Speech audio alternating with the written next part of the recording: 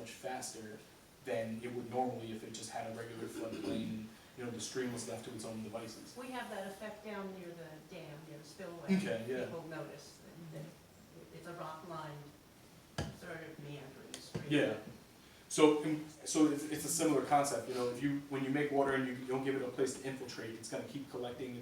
The volume and the discharge is going to keep increasing, and then that is eventually going to go into the lake. And the other issue with impervious surfaces and speed picking up is that when it hits a dirt patch or some area where there may be some erosion, the impacts are going to be a lot more pronounced than if it flowed through an area, you know, let's say it flowed through a swale or through a drainage ditch on the side of the road that had some vegetation that was able to slow that water up. And then it comes out of a bunch of culverts, as you've probably seen in some different areas. This is interesting. I want to show you, this is on Oscawana Lake. One of the tributaries on Oscawana Lake, they have about 6 main tributaries on Oscawana, and this is the only one where they had the space to do this. They did this biofilter. So basically what happens is that the water, now you can't see it, but on this side is West Shore Drive, which is on the west side of Oscawana. A stream comes in from the other side of the road, and part of the water is diverted into this biofilter. And this section of the biofilter is a lot deeper than the other section, and it settles out all the solids. So as this fills up, it'll fill up, but you know, as it's happening, the solids will settle out, and then it'll overflow into this second section. And this section it has a little bit of settling, but it's a little shallower than the first section. Basically, it'll dump out into this outlet, and if you want to click the next one, that was in February. This is in June, and all this vegetation over here can start to slowly help, you know, filter out a bunch of the nutrients that are coming through. Also help filter out some of the sediments and slow the water down, so there's not as much erosion. So I figured that was kind of a good example to show of something locally that kind of helps reduce nutrients for stormwater. Some of the shoreline, just some pictures of shoreline erosion in general. These pictures are actually from lakes that have a partial drawdown, but have had some rain events and have actually, you know, you've seen I've carved out some inlets and there are some little erosion lines throughout the shoreline. You can easily transpose this picture onto a beach. You know, they have the same idea as far as what happens when there's a high rainstorm on beaches, and you know, it just carries all the pollutants, you know, that are on these beaches. Now, one of the big pollutants on beaches that we know of is, it's kind of hard to see, but you guys know what this is? Yeah. Geese feces can be a major source of nutrients into lakes as well. And you know, there's a lot of lakes with a lot of geese, and you know, it's especially prevalent in small ponds where they have no vegetation around the whole perimeter of the pond, and the geese are just able to go wherever they want to go. And besides having fecal coliform issues, which is another issue, you know, they also these feces have a lot of nitrogen and phosphorus in them as well. So a lot of the past couple of pictures I showed you with shoreline erosion and stormwater, a lot of that stuff can happen both just on, let's say, public land or public beach, but it also can happen right on your shorelines.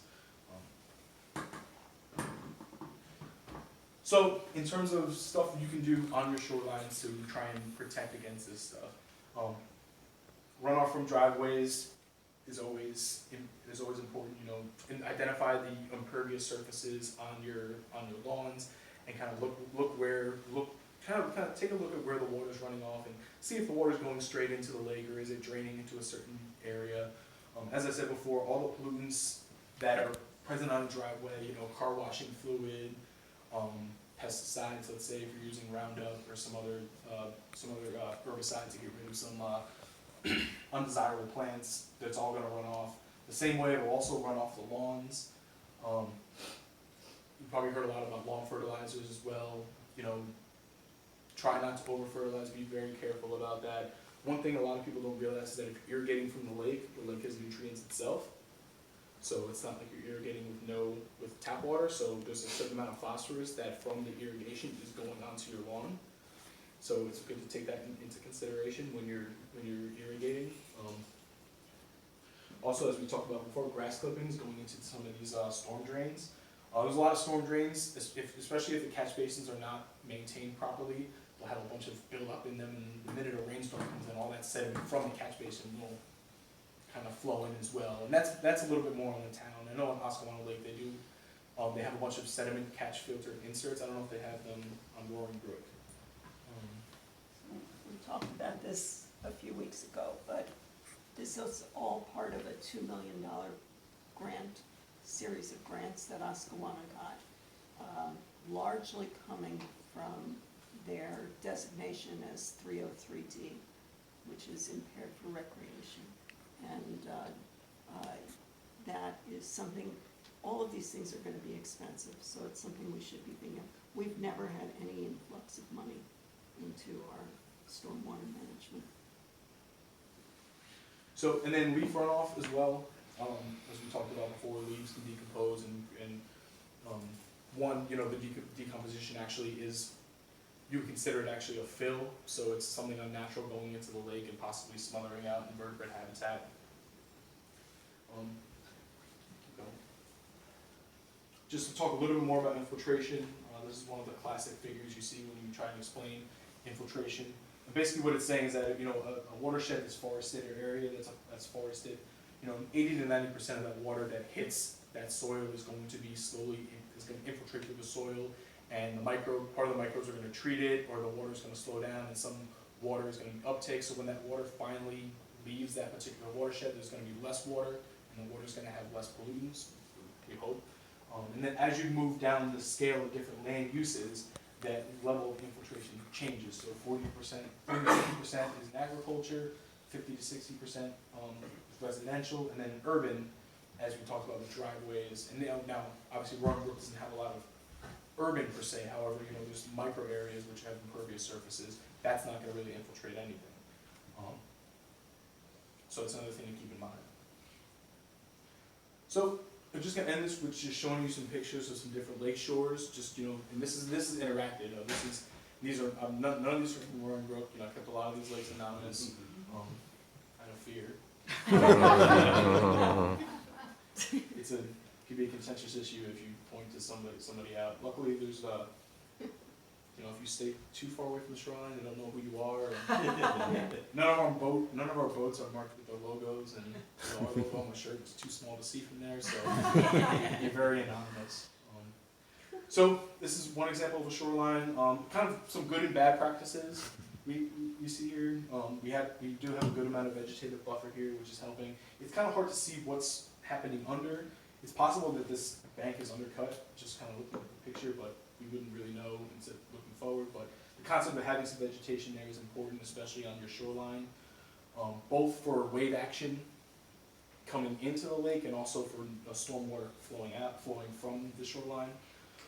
However, they do have some sections, you know, it looks like almost 50% of their shoreline, or even more than that, you know, it's mowed directly up to the lake, and so a lot of water that's coming off there is going to be picking up a bunch of nutrients and possible, you know, pesticide residues, and it's not going to be, there's going to be no impediment to that water, or barely any impediment to that water flowing in. AJ, when you say undercut in the vegetative buffer, do you mean like the bulkhead?